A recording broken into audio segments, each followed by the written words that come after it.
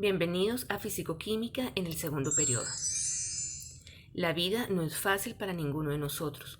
Debemos tener perseverancia y por encima de todo confianza en uno mismo. Debemos creer que somos dotados para algo y que ese algo puede ser alcanzado. Claro, siempre con honestidad. Marie Curie, ganadora del Premio Nobel de Física. En el segundo periodo vamos a ver el tema de circuitos eléctricos.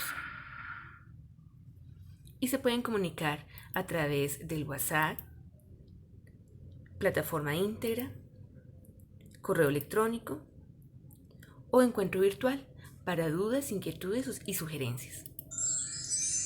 Empezamos. Las partes básicas de un circuito eléctrico son un generador de corriente, el consumidor de corriente, un interruptor de ser necesario y un conductor. Los conductores normalmente son los cables. Los interruptores son los que habilitan o no el paso de la corriente. Se representan de esta manera. Los consumidores de corriente o resistencias se representan con una X encerrada en un círculo blanco usualmente. Esos consumidores de corriente pueden ser un bombillo, pueden ser una nevera, un celular o cualquier otro tipo de aparato que consuma. Por eso se les dice resistencias. También hay resistencias específicas dentro de un circuito. Dentro de los generadores de corriente encontramos las pilas, pero también están las fuentes de voltaje que encontramos en nuestras casas, en los enchufes.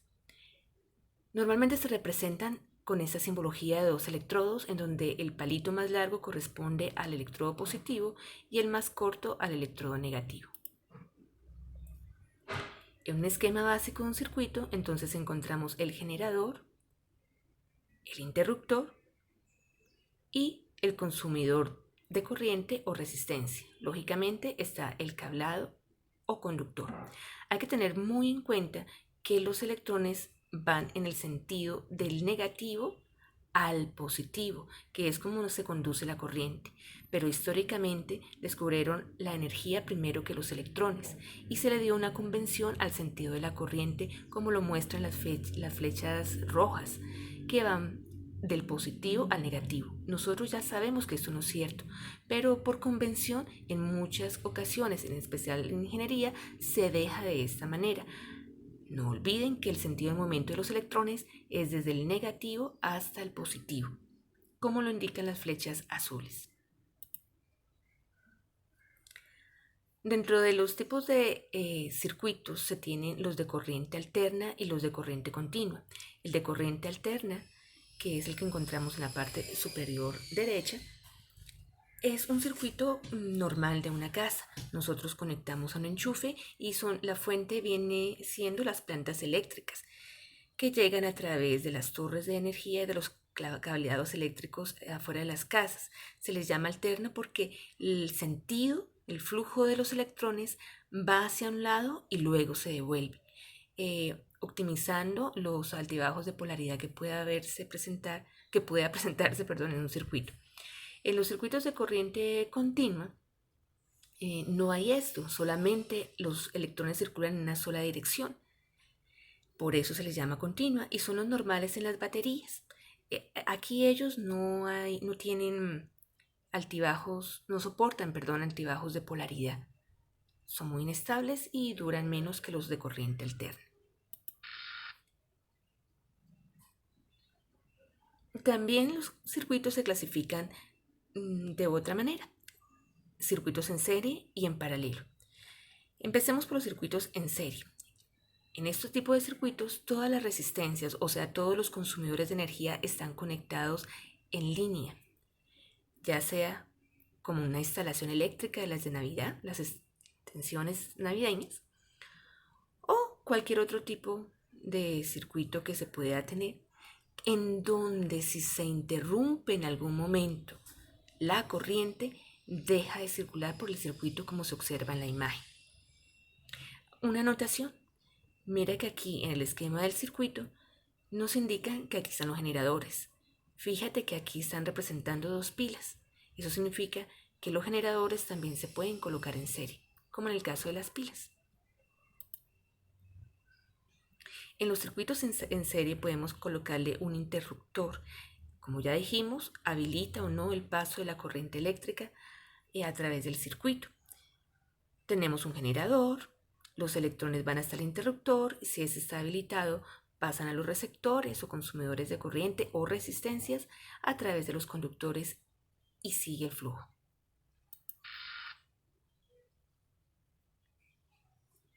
En los circuitos en paralelo, deriva su nombre de que los consumidores de corriente o resistencia se encuentran en paralelo.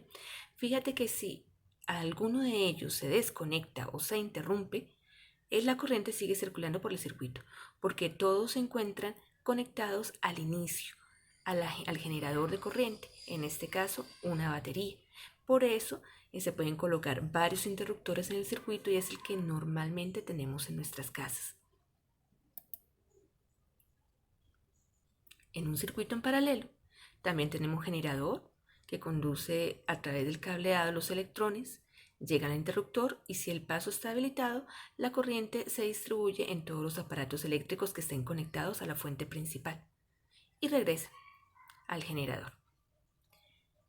Eso es el flujo de electrones. Aquí se ve específicamente en la parte de arriba que del mismo generador sale la corriente que consume cada equipo por separado.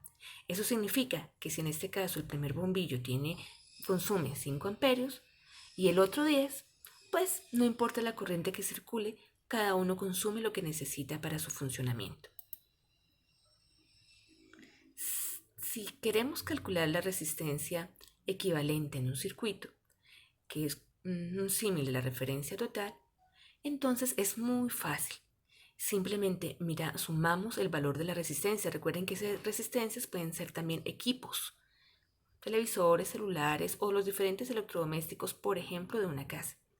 Entonces, lo único que tengo que hacer es sumar las resistencias y ya tendré el valor total de la resistencia equivalente del circuito. En este caso, si sumamos 120 más 270 más 470, nos da 860, que sería la resistencia equivalente del circuito en serie.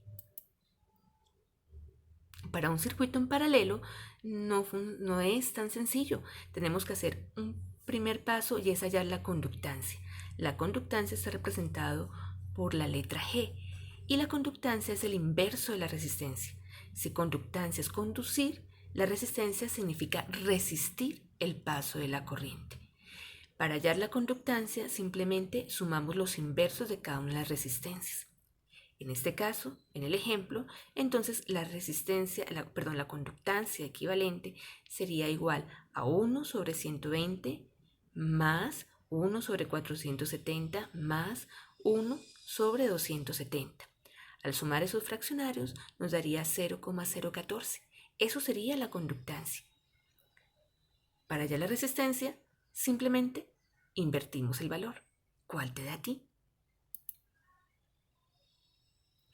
En circuitos también es importante tener en cuenta la ley de Ohm, que dice que el voltaje es igual a la corriente por la resistencia. Tensión en voltios, corriente en amperios y resistencia en ohmios. Fíjate que esta ecuación la puedo despejar según lo que yo necesito. Eso significa que si yo tengo corriente y resistencia, puedo hallar el voltaje. O si yo tengo voltaje y corriente, puedo despejar para hallar la resistencia y así sucesivamente para la corriente. También la puedo despejar y me daría voltaje sobre resistencia y así la podría obtener.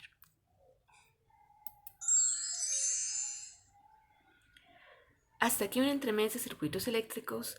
No se les olvide hacer el taller, no se les olvide transmitirme sus inquietudes y nos vemos la próxima clase. Recuerden, ustedes pueden, de manera honesta, adquirir su conocimiento y desarrollarlo. Que estén muy bien.